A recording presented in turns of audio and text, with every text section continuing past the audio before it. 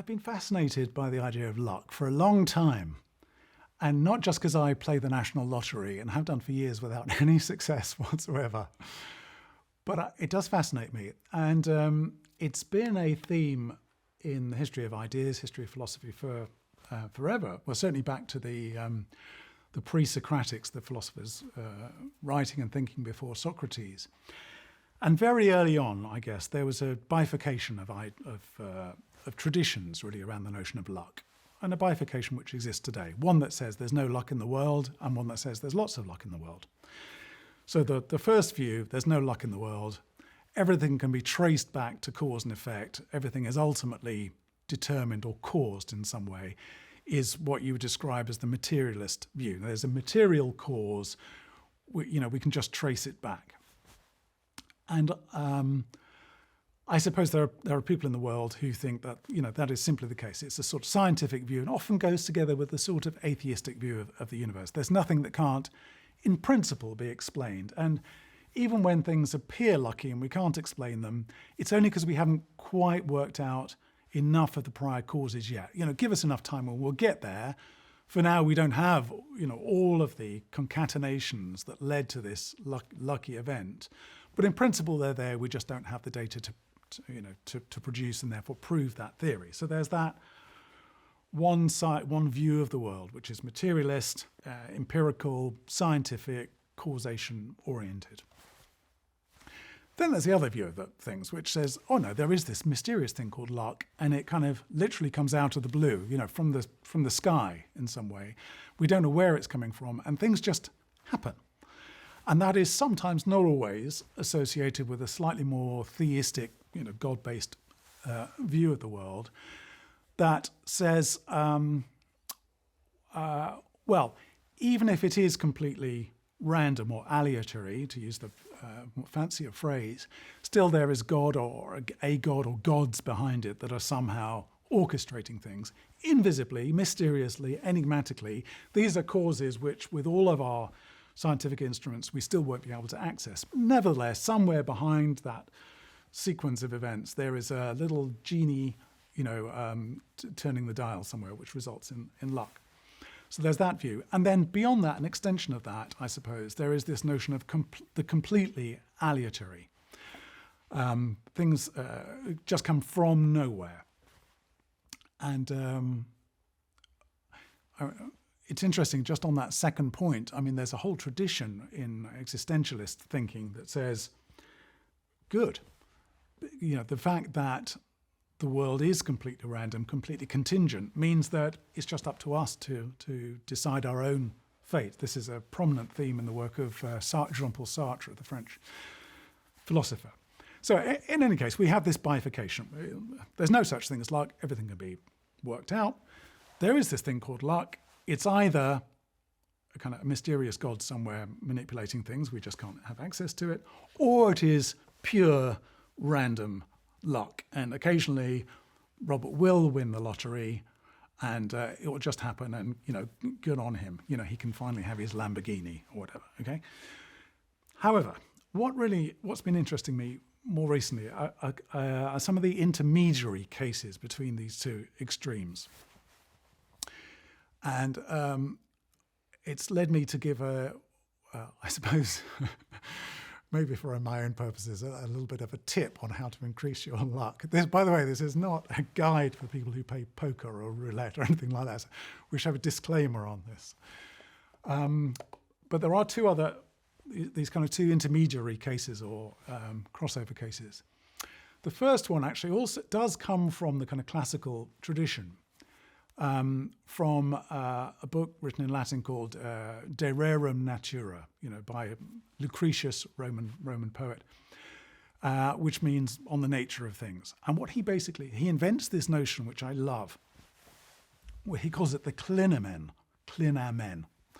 It's the root of words we get like recline or incline or decline for that matter. It's like bending. Whenever there's it's probably where you get the French clin d'oeil, a wink of the eye, I would imagine. So when there's a bending, an incline, decline, recline, these are all kind of bending words. So the clinamen is is the Latin root of all of those words. But a clinamen has a specific meaning in Lucretius. And he says the world is basically made up of atoms. He's very ahead of his time. But what he says is, it's a bit like looking up into the sky and watching the rain fall. And if you watch a raindrop come down, you can watch it and watch it and watch it. And what it does, it swerves at the last minute. And this for him is the clinamen. It comes down, comes down, comes down, and then does a little bend. And he said, this is really how the world works. Like, it's very, very predictable, except not quite. Because there's always a little kink or bit at the end which can throw things off. Something small can just cause things to deviate a bit. And I think this is a wonderful idea, and I think it explains, think about the history of innovation and so on. That's often how things come about. It's just a small difference, actually, which creates the newness, the novum in some way. So there's this notion of the clinamen. And I was thinking, okay, well, that's interesting. Is there anything we can do to produce this in our lives? Because throughout all of these examples, in a sense, we're just the passive recipients of them in some way. Certainly if the world is completely aleatory, completely random, we're just there. The only way we can overcome that is do what Sartre says and say, right, the world is totally contingent. We are going to determine ourselves. We are going to make a stand. He talks about the act, a free act gratuit, making a stand, emphasizing our own will, which is pretty extreme, actually. And for Sartre, that meant, in particular, sort of political activism. But I was wondering, are there kind of more homespun ways in which we can influence luck? Because even if you go down that materialistic route and follow all the steps to produce what should be a happy life, for example. Most of us want our lives to go well, and most of us spend, a fair amount of effort in making sure our lives go well, but still sometimes they don't. We can try very hard and still be miserable, right? So, are there things that we can do to encourage luck to become a bit more active? Well, have a little bit of this, bring a bit more clinamen into our lives, you can imagine on a t-shirt. And I think, well, actually, all we really need to do is just vary our routine a bit. Because for most people spend most of the time doing exactly the same thing in pretty much the same way on most days. They get up at the same time, they eat the same food, they see the same people. Even their thought processes tend to run along, almost like a train timetable. They sort of, at 9:30 I'm going to have the anxious thought about work. At 10:15 I'll think I should call my mum, or whatever it might be.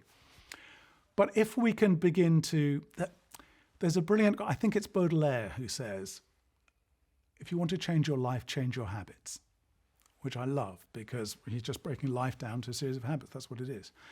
And actually, that's all we'd need to do to introduce a bit of luck or this clinamen into our lives. If we just walk to work rather than get the train to work, if we go to a gallery at lunchtime rather than pret-a-manger, whatever it might be, we're not making luck happen, but we're inviting the clinamen into our lives. We're saying, look, today, here's a window of opportunity for you. So something new might arise. Now, luck, the word luck per se, in itself, doesn't indicate good or bad luck.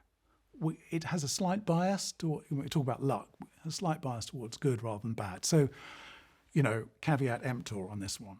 You might want more luck in your life, but luck can be bad as well as good.